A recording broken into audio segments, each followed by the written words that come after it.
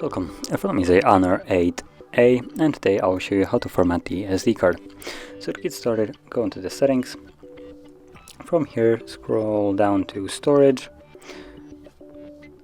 Go to your SD memory card, and you will find the format option.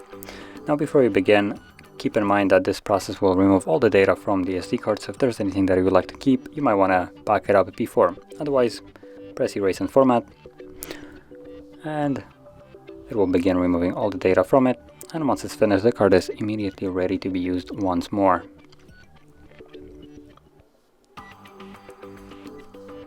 Step on OK, and we're done. So if you found this very helpful, don't forget to hit like, subscribe, and thanks for watching.